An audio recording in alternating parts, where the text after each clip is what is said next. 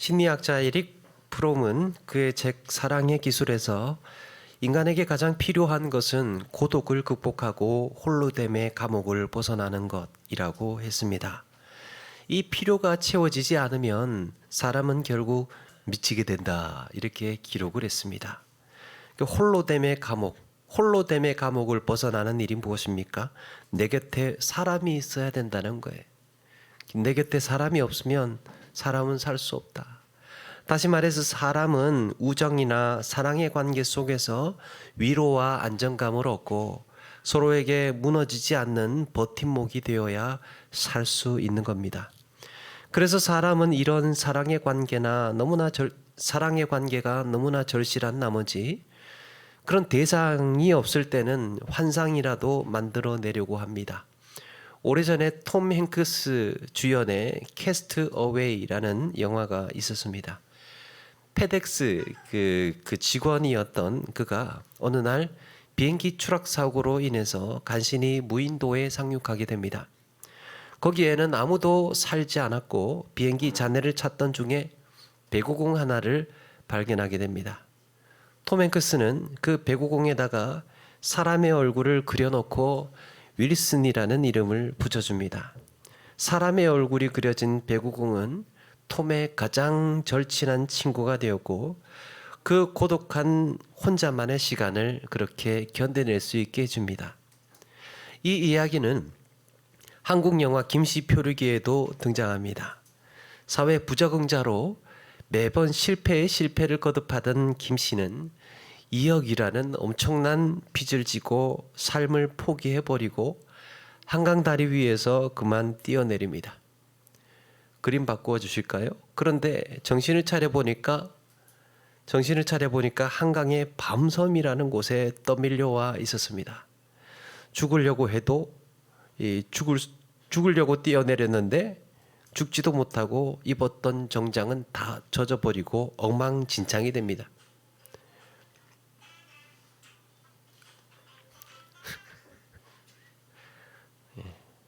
주의 집중하시라고 이렇게 또 한 번씩 효과음을.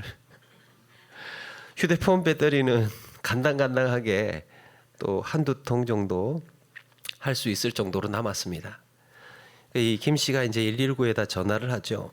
119 상담원한테 자기가 한강에 무인도에 갇혔다 그러니까 믿어주지를 않아요. 장난 전화인 줄 알고 나오세요. 그러면서 이제 끊어버리죠. 그 사람 많은 서울 한복판에 아무리 고함을 질러도 듣는 이 하나 없는 이 한강의 밤섬에서 김 씨의 표류기는 시작이 됩니다. 아이러니하지 않습니까? 사람 많은 도시인데 김 씨에게는 사람이 없어요. 그렇게 사람이 많은데. 그것을 상징적으로 이 어이없는 한강의 작은 섬으로 보여주고 있습니다. 그렇게 김 씨는 어찌어찌 해서 땅을 일구게 되는데 거기서 허수아비를 만들게 됩니다. 나뭇가지를 가로 세로로 엮어서 자기 옷을 입혀주고 머리는 사람의 얼굴이 있는 오뚜기 깡통으로 씌워 놓습니다. 오뚜기 깡통의 허수아비는 그때부터 김 씨의 유일한 친구가 됩니다. 사진을 한번 넘겨줘 볼까요?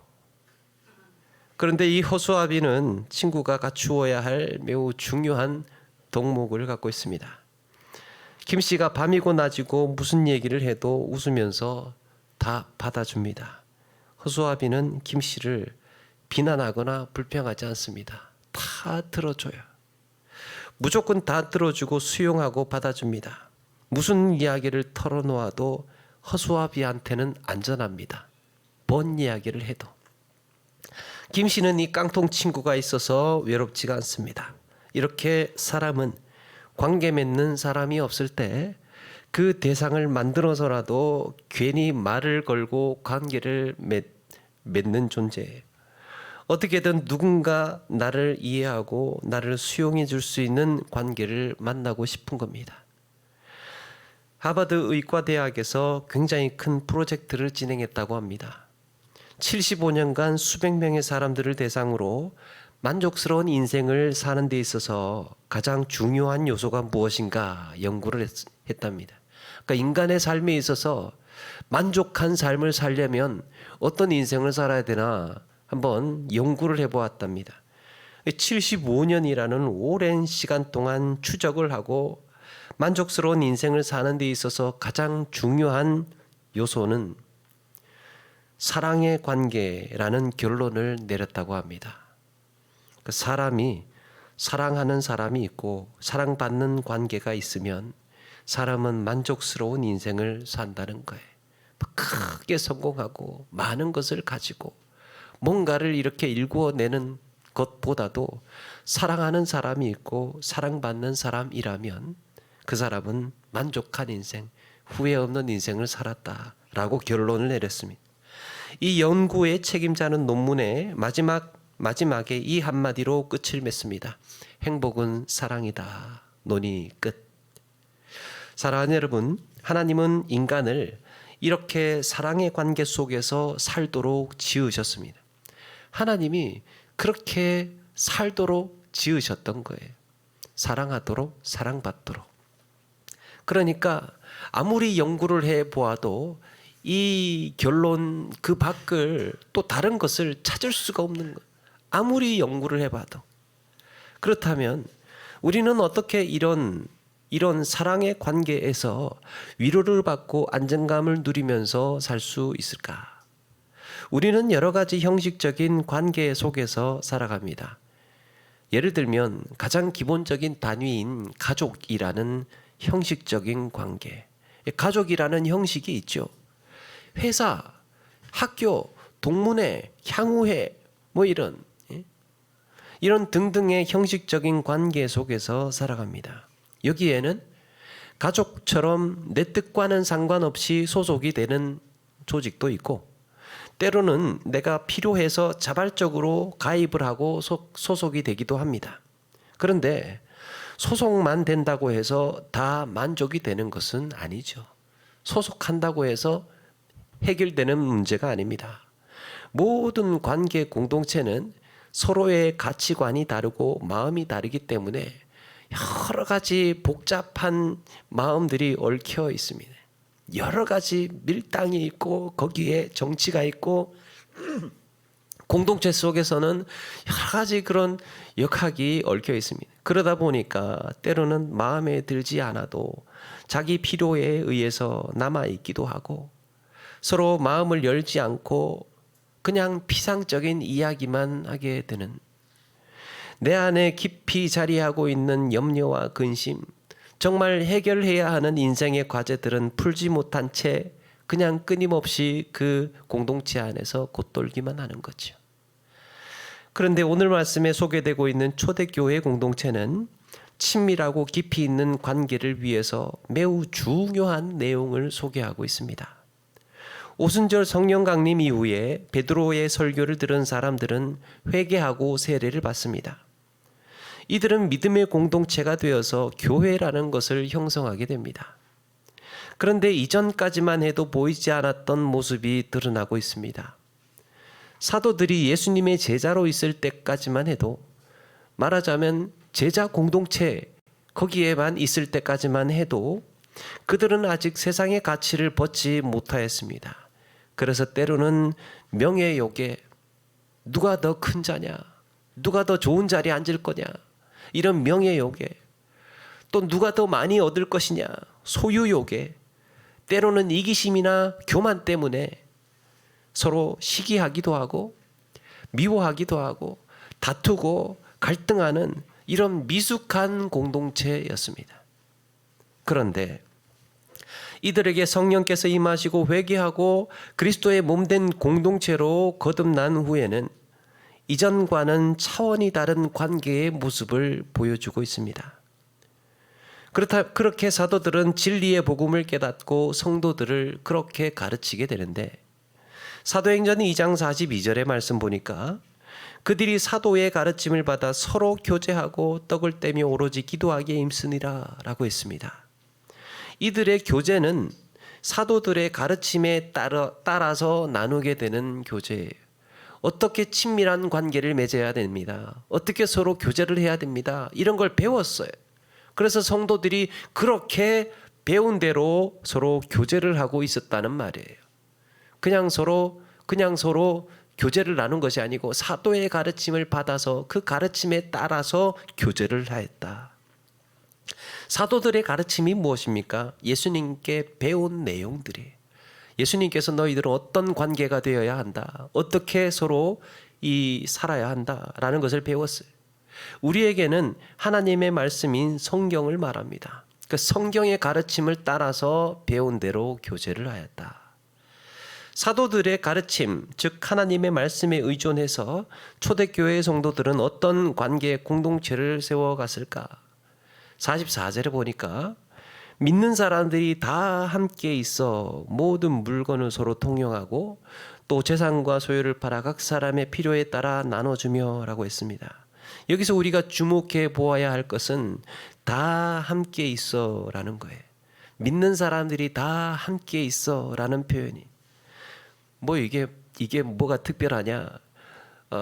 그냥 이렇게 우리가 지나칠 수도 있는데 이 하나의 풍경, 다 함께 있는 하나의 풍경에는 굉장히 많은 해석의 여지를 주고 있습니다. 진리의 복음이 그들을 하나로 만들어 놓았습니다. 복음이라는 동일한 가치를 공유하다 보니까 말이 통하고 있는 겁니다. 복음이라는, 진리의 복음이라는 하나의 가치가 공유가 되고 보니까, 그러니까 우리는 다 동의하는 게 있어요. 여기 모여 있는 우리는 딱 한 가지는 동의합니다. 진리의 복음, 하나님의 말씀을 우리는 귀하게 생각한다, 소중히 여긴다. 그런 가치가 예수 그리스도의 십자가와 부활을 믿는다. 이런 가치를 함께 공유하다 보니까 거기에 따르는 말이 통하고 있다는 거예요. 여러분, 중요한 것을 똑같이 생각을 하는 사람을 만나면 이야기가 통하죠. 너도 그런 거 좋아해? 나도 그런 거 좋아해. 그러니까 이게 말이 통하는 거예요. 이게 가치가 공유가 되다 보니까 말이 통하는 거예요. 여러분, 대화에도 주파수가 있다는 거 아십니까? 대화에 주파수가 있어요. 그러니까 나는 이런 이야기를 하는데 상대방은 이런 거를 원하고 있고, 나는 이런 이야기를 좋아하는데 상대방은 또 다른 이야기를 좋아해. 그러니까 그 대화의 주파수가 서로 맞아야 말이 통하는 거예요. 어떤 대화는 그래서 어떤 대화를 보면 가벼운 대화로만 이어지는 경우가 있습니다. 가벼운 대화, 가벼운 대화들 뭐가 있습니까? 그냥 날씨 이야기하는 거죠. 날씨. 오늘의 날씨 참 많이 추워졌어요. 저도 많이 하는 얘기지만 특별히 딱히 할 말이 없어. 생각이 안 나. 그러니까 그냥 당신도 나도 대충 공감하겠지 싶은 많이 추워졌어요. 사실은 추워진 게 그렇게 그 자리에서는 중요하지 않아 보여도 그냥 이야기를 하는 거예요. 경제가 많이 힘들죠. 이런 이야기, 경제 이야기, 정치 이야기, 그런 이야기들을 주제로 하는 거예요. 가벼운 대화. 그런데 상대방은 별 관심이 없는데도 그것을 아는지 모르는지 이야기를 해나갑니다. 가벼운 대화. 또 거기에 또 이야기를 같이 이렇게 맞춰주는 거죠. 맞춰주는 거. 말없이 같이 있기는 좀 불편하고 어색할 때 이런 가벼운 대화. 여러분, 물론 이런 가벼운 대화도 중요하고 쓸 때가 있는데 정작 우리에게 필요한 것은 의미 있는 대화가 필요합니다. 의미 있는 대화. 의미 있는 대화는 서로를 배움의 자리로 인도하고 서로를 유익하게 만들어주고 때로는 위로와 용기를 주는 대화예요. 이런 대화는 오랜 시간 동안 함께 이야기를 나누었는데도 그 시간이 아깝지가 않습니다. 많은 대화에도 피곤한 줄을 모르는 대화예요. 그러니까 이야기를 나눴는데 한참을 대화했는데 내가 무슨 얘기를 했지? 라는 생각이 아니고 한참을 이야기를 했는데 그게 참 마음에 남고 위로가 되고 힘이 되는 겁니다. 서로가 충족시켜 준 거죠. 의미 있는 대화를 나누었던 거예요. 오늘 말씀에 이 믿는 사람들이 다 함께 있었고 46절에 날마다 마음을 같이하여 성전에 모이기를 힘쓰고라고 했습니다. 함께 있고 모이기를 좋아했고 그걸 또 애써서 모이려고 했다는 거예요. 어떻게든 모이기를 힘썼다라는 말은 단순히 누가 모이라고 해서 강제적으로 모인 것이 아니라 혹은 억지로 모여야 했기 때문에 모인 것이 아니라 이들의 관계가 어떤 관계였는지를 짐작하게 합니다. 사이가 좋았다는 얘기죠. 사이가 좋았어요. 그러니까 다 계속해서 함께 있는 거예요. 함께. 게리 체프만의 5가지 사랑의 언어에 보면 거기에 이제 5가지 이 사랑의 언어를 이야기를 하죠. 그 첫 번째가 인정하는 말이에요. 인정하는 말. 당신이 있어서 참 좋아요. 당신이 내 곁에 있으니까 당신이 존재하는 것만으로도 나는 너무 행복해. 이런 것을 서로 느낀 거예요. 서로 인정해 주는 말을 풍성하게 오가고 있었던 거예요. 당신이 있으니까 나는 너무 행복합니다. 당신의 그 존재 자체로도 너무 나에게는 기쁨입니다. 같이 있으니까. 또 2번째 사랑의 언어가 뭐냐? 함께하는 시간이에요. 함께하는 시간. 그러니까 함께 사랑하지 않으면 함께 있기가 싫어요. 그러니까 함께하고 있는 시간이 즐거운 겁니다. 같이 있으니까. 초대교회 교인들이 다 함께 있어라는 말은 서로 사랑의 관계를 맺고 있었구나 라는 것을 짐작할 수 있다는 거죠. 그들은 늘 곁에 있어줘서 고마운 사람들로 여기고 있습니다. 서로를 신뢰해주고 아픔도 같이 하고 서로에게 관심을 갖고 무엇이 필요한지 알아서 서로 섬기고 헌신하고 있었습니다. 그게 이 초대교회 교인들이 보여주었던 그 바닥에 깔려있는 정서였던 거예요. 서로 존중하는 가운데 친밀한 교제를 나누었습니다. 깊이 있는 대화가 오가고 있었다는 얘기예요. 의미 있는 대화. 서로 그렇게 마음을 나눌 수 있는 대화. 사랑을 하면 말의 온도가 달라지죠. 한마디를 해도 따뜻하고 포근합니다. 무엇과도 바꿀 수가 없는. 그러니까 초대교회의 그 모습을 보니까 어떻게 다 물건들을 서로 네 거 내 거 할 거 없이 다 통용하고 있었을까? 어떻게 자기 주머니에서 재산을 자기 소유를 팔아서 필요한 사람에게 그렇게 나누어 줄 수 있었을까? 이거는요 그냥 하라고 하면 못하는 거예요. 그러니까 그렇게 자발적으로 자원해서 할 수 있는 서로 사랑의 관계가 먼저 이루어져 있기 때문에 그 다음에 나오는 행동들인 거죠. 이들의 관계는 그야말로 그래서 사랑의 관계였습니다.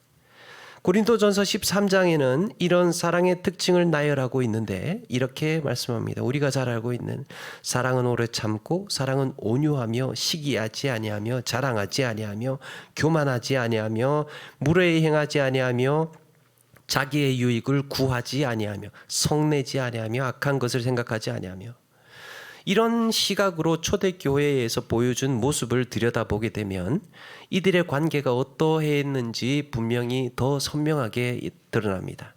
오늘 성경의 44절에 보니까 믿는 사람이 다 함께 있어 모든 물건을 서로 통용하고 재산과 소유를 팔아서 각 사람의 필요에 따라 나누어주며 날마다 마음을 같이하여 성전에 모이기를 힘쓰고 집에서 떡을 떼며 기쁨과 순전한 마음으로 음식을 먹는 관계.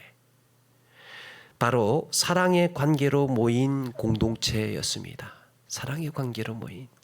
하나님의 말씀이라는 온전한 가치가 중요하다라는 것이 똑같은 가치가 말씀이라는 가치가 세워지다 보니까 그 안에서 교회의 질서가 잡히게 되고 교회의 공동체의 성품도 하나님의 성품인 사랑을 드러내고 있었습니다. 이들은 고린도전서 13장을 그대로 옮겨다 놓은 모습으로 함께 신앙생활을 하고 있었던 거예요.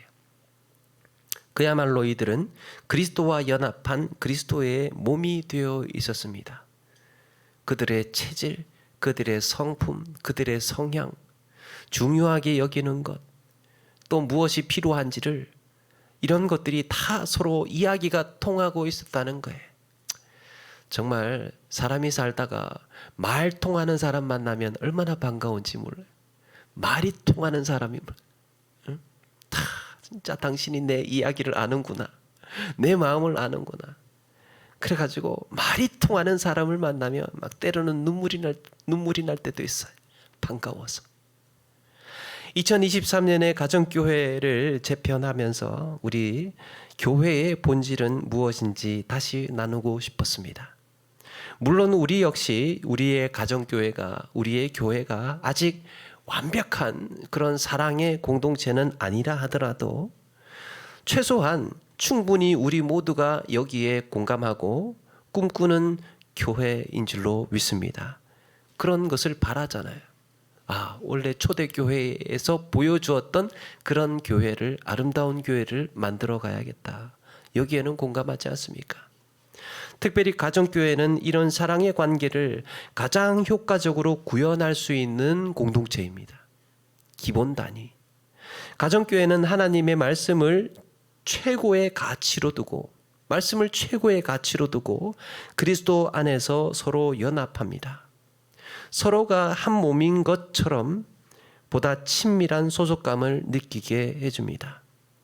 세상의 이해 관계로 찾아볼 수 없는 주님의 성품을 따라서 사랑의 관계로 모여서 서로의 믿음을 격려합니다. 사도 바울 역시 교회가 사랑의 관계 속에서 이루어진 공동체라는 사실을 잘 알고 있었습니다. 그래서 이렇게 말씀합니다. 에베소서 4장 15절 이하에 오직 사랑 안에서 참된 것을 하여 범사에 그에게까지 자랄지라. 사랑 안에서 참된 것을 하여 자랄지라. 너희가 자라려면 사랑의 공동체 안에 소속되어 있어야 한다. 그 상황에 속에 있어야 한다. 그는 머리니 곧 그리스도라. 16절 그에게서 온 몸이 각 마디를 통하여 도움을 받음으로 연결되고 결합되어 각 지체의 분량대로 역사하여 그 몸을 자라게 하며 사랑 안에서 스스로 세우느니라. 이 문장의 처음과 끝은 오직 사랑 안에서예요. 사랑 안에서 교회는 세워간다는 겁니다. 사랑 안에서. 교회에 사랑이 없으면 생명력이 빠진 그냥 세상의 공동체와 같은 거예요. 사랑이 있으면 계산하지 않습니다. 사랑의 공동체는 이해관계로 또 힘의 관계로 얽혀 있는 것이 아니라 서로가 똑같은 귀한 존재로 여기면서 서로 섬기고 헌신하는 가운데에 행복을 누립니다. 오직 사랑 안에서 그리스도에게까지 자란다고 말씀합니다. 사랑의 관계 공동체라는 이런 환경 안에 있을 때 우리의 신앙은 자라고 우리의 인격이 주님을 닮은 모습으로 자라나게 됩니다. 이렇게 사람을 변화시키고 성숙해 하는 사랑의 공동체를 보고 저런 모임이 있어. 저런 관계 공동체가 있어. 그것을 보고 세상 사람들은 이런 공동체를 칭송했다 그러죠. 날마다 구원받는 자들이 더하여 지니라. 그래서 가고 싶은 교회, 머물고 싶은 교회, 함께하고 싶은 교회로 향했던 것이고, 이런 의미 있는 관계 속에서 함께하기 원해서 하루에 3,000명, 5,000명이라는 이 폭발적인 성도들이 그렇게 초대교회 예루살렘에서 일어나고 있었던 겁니다. 요즘에 4차 산업이니 AI 시대라니 그리고 사람들의 인식이 많이 달라졌다고 해도요, 변하지 않는 게 있어요. 사람은 사람이에요. 세상은 변해도 여전히 사람은 만들어진 그대로 살게 되어 있습니다. 어떻게 만들어졌다고요? 의미 있는 사랑의 관계 속에서 머물기를 원하는 거예요. 의미 있는 관계를 그리워합니다. 세상이 변하고 기술이 발달해도요, 사람은 변하지 않아요. 변하지 않는 게 있어요. 그게 뭐냐? 그런 의미 있는 사랑의 관계를 여전히 그리워하는 겁니다. 세상이 변해도 사람은 사람을 그리워하고 사람을 좋아하게. 사랑의 관계 안에서 무슨 이야기를 해도 안전하다는 것을 느끼고 싶어 합니다. 내가 여기에서 무슨 이야기를 해도 안전하다, 편안하다 라는 것을 느끼고 싶어 하는 그런 사회를 만들고 싶어 해요. 오뚜기 깡통에 허수아비에게 무슨 이야기를 하듯이 다 받아주는 것처럼 그렇게 세상의 이해관계처럼 자기 자랑하지 않아도 되고 자기를 드러내야 어떤 공동체에서는 자기를 자꾸 드러내야 생존할 수 있어요. 자기를 자랑하고 자기가 인정받아야 그 안에서는 생존해낼 수 있습니다. 그런데 그런 부담 갖지 않아도 되는, 그런 자랑하지 않아도 되는, 시기하거나 피곤하게 자기 유익을 계산하지 않아도 되는 이런 관계가 하나쯤 있으면 그런 관계에 속하고 싶어 하는 겁니다. 그게 교회라는 것이고 가정교회라는 것입니다. 교회의 기초 단위가 되는 이 가정교회를 그렇게 만들어 간다면 우리의 행복한 신앙생활에도 아름답게 열매 맺게 될 줄로 믿습니다. 바로 그런 곳으로 만들어 가자는 것이고 초대교회의 이 성도들이 바로 그런 교회를 만들었다는 것입니다. 그 일부 예배 끝나고 책을 보다가 이 탈기독교 시대의 전도라는 팀 켈러의 조그마한 책이 있는데요. 이 책을 1부, 2부 사이에 보다가 아니 내가 지금 설교 준비한 거랑 어떻게 이렇게 똑같은 이야기를 하고 있지?를 발견했습니다. 그게 뭐냐, 초대교회에 매력이 있었대요. 기독교에만 있는, 교회에만 있는 탁월한 매력이 있었는데 그 탁월한 요소들 중에서 몇 가지만 말씀드리면, 기독교는 고통으로 상실되기보다 그 깊이를 더해가는 인생의 의미를 제시한다. 그러니까 우리 존재하고 있는 거기에 의미를 제시할 수 있대요. 복음이 있기 때문에. 기독교는 상황에 좌우되지 않는 만족을 제시한다. 사랑의 공동체 아닙니까? 거기에 만족한 인생을 제시할 수 있는 곳이랍니다. 기독교는 공동체와 인간관계의 얄팍한 계산으로 대하지 않는 자유를 제시한다. 그러니까 피곤하게 머리 쓸 이유 없고 피곤하게 서로 막 계산하고 이렇게 할 필요 없다는 거예요. 좀 나눠주고 좀 손해보고 좀 베풀고 그렇게 할 수 있는 공동체라는 겁니다. 수치심이나 반감을 남기지 않고, 그러니까 우리 안에서는 부끄러워할 필요 없고 반감을 남기지 않고 죄의식을 대하거나 타인을 용서할 수 있는 방법을 제시한다. 왜 그렇습니까? 다 죄인이기 때문에. 우리 사이에는 다 잘난 사람들이 없어요. 다 부끄러운, 다 죄인이기 때문에, 다 망가진 인생이라는 것을 인정하기 때문에 서로 다 똑같이 여긴다는 겁니다. 그게 교회만이 가지는 매력이라는 거예요.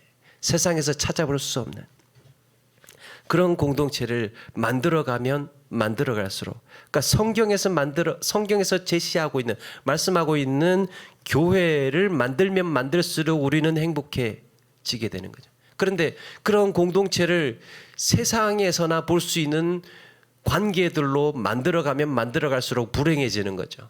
계산하기 시작하고 힘겨루기를 시작하고 거기에 손해보려고 하지 않고 또 서로 마음 맞는 사람, 서로 말 통하는 사람들끼리만 서로 막 뿔뿔이 흩어져서 이야기를 나눈다면, 그렇게 되면 교회가 세속화되는 거죠.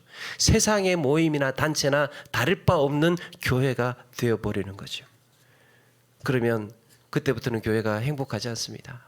만족스럽지가 않고 즐겁지가 않아요. 그걸 우리가 기억하고 또 그런 길로, 그런 방향으로 지켜나가고 만들어가자라는 겁니다.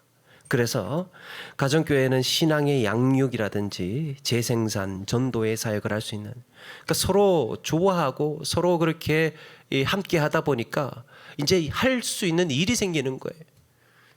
똑같은 그리스도인으로 만들어내는 재생산, 또 전도할 수 있는 사람들을 초대하고 거기에서 함께 이야기를 나누는 가운데에 할 수 있는, 그래서 이렇게 가정교회는 가장 사역하기에 최적화된 형태. 공동체 안에서 끈끈하게 이어진 사랑의 관계 때문입니다. 사랑의 관계. 야, 이렇게 좋은 곳이 있구나. 이렇게 내가 편안하게 이야기를 나눌 수 있구나.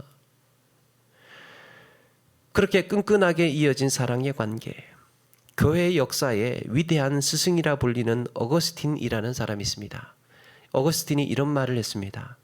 사랑하라. 그리고 원하는 바를 행하라. 침묵을 지킨다면 사랑으로 침묵하라. 소리를 지른다면 사랑으로 소리를 지르라. 잘못을 바로잡는다면 사랑으로 바로잡으라. 그냥 둔다면 사랑으로 그렇게 하라. 사랑의 뿌리가 내면에 있게 하라. 이 뿌리에서는 선하지 않은 것이 나올 수 없으리라. 야단을 치고 또 화를 내고 싸워도 이 무슨 말을 해도 가만히 내버려둬도 인내하고 기다려도 하여튼 무슨 그 관계 속에서 무슨 일이 벌어지든지 간에 그 베이스에는 사랑이 깔려 있어야 된다는 거죠. 거기에 뿌리는 사랑이 있어야 된다는 거예요. 그러면 선하지 않은 것이 나올 수가 없다는 겁니다. 결과가 다 좋아요. 긍정적으로 끝이 납니다. 사랑이 깔려 있어야 된다. 하나님은 우리를 사랑하셔서 침묵하셨고 우리를 사랑하셔서 책망하셨습니다. 하나님은 또 우리를 사랑하셔서 기다리셨고 우리를 사랑하셔서 십자가에 죽으셨습니다. 이런 주님의 피로 값주고 사신 교회 역시 그런 사랑의 마음이 드러나는 공동체여야 할 줄로 믿습니다. 그리고 나는 거기에 한 몸이 되어서 한 지체로서의 역할을 감당해야 되겠지요.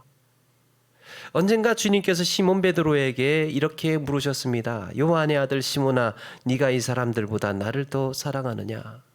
네가 나를 더 사랑하느냐? 나를 제일 사랑하느냐? 예수님께서 하신 이날의 질문은 오늘의 말씀을 묵상하다가 새롭게 다가왔습니다. 네가 세상의 다른 모든 관계들보다, 다른 모든 관계 공동체들보다 그리스도의 몸된 교회를 더 사랑하느냐? 이 사랑의 관계를 더 사랑하느냐? 물어오고 있는 거예요. 교회는 예수님의 몸이라고 하지요. 예수님의 몸을 사랑하는 것, 예수님을 사랑하는 것이나 예수님의 몸을 사랑하는 것이나 같은 사랑의 대상입니다. 그리고 그 안에 무엇이 있습니까? 각각의 지체들이 있죠. 우리 모든 성도님들 하나하나가 그 교회의 구성원이 되는 거예요.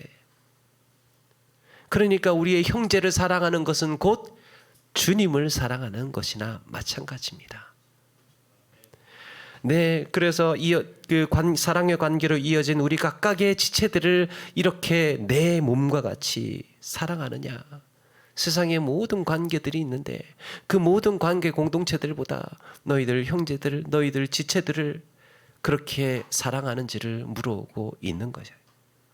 주님을 사랑하듯이 주의 몸이 되는 교회를 사랑하고 그 안에 함께한 성도들을 사랑하는 우리 모두가 되시기를 바랍니다. 마지막으로 시인 조동환님의 시 한 편 소개해 드리도록 하겠습니다. 나 하나 꽃 피어 풀밭이 달라지겠냐고 말하지 말아라. 네가 꽃 피고 나도 꽃 피면 결국 풀밭이 온통 꽃밭이 되는 것 아니겠느냐. 나 하나 물들어 산이 달라지겠냐고 말하지 말아라. 내가 물들고 너도 물들면 결국 온 산이 활활 타오르지 아니하겠느냐.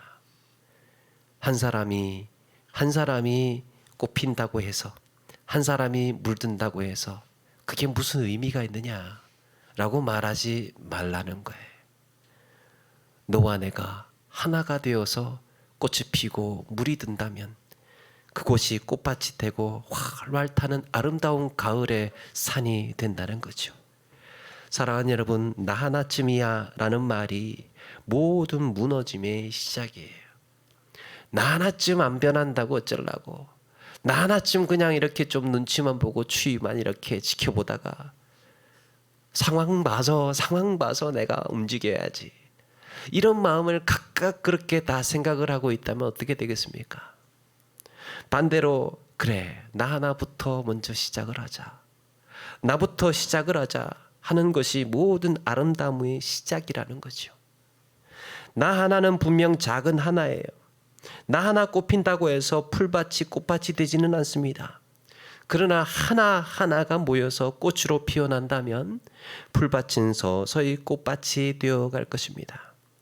한 사람이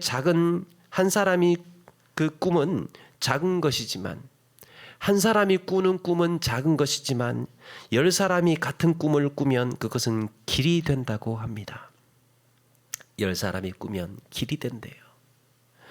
우리 교회가 그런 주님의 마음을 드러내고 그런 주님이 보여주신 사랑으로 섬기고 함께 사역하는 교회가 되기를 원합니다.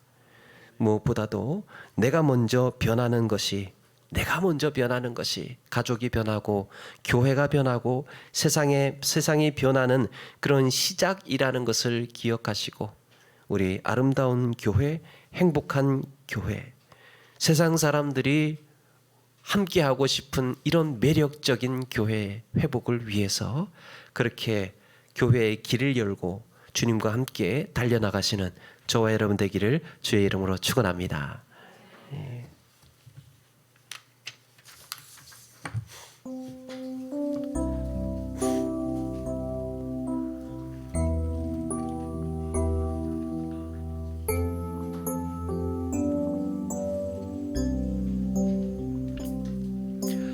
고단한 인생길 힘겨운 오늘도 예수 내 마음 아시네.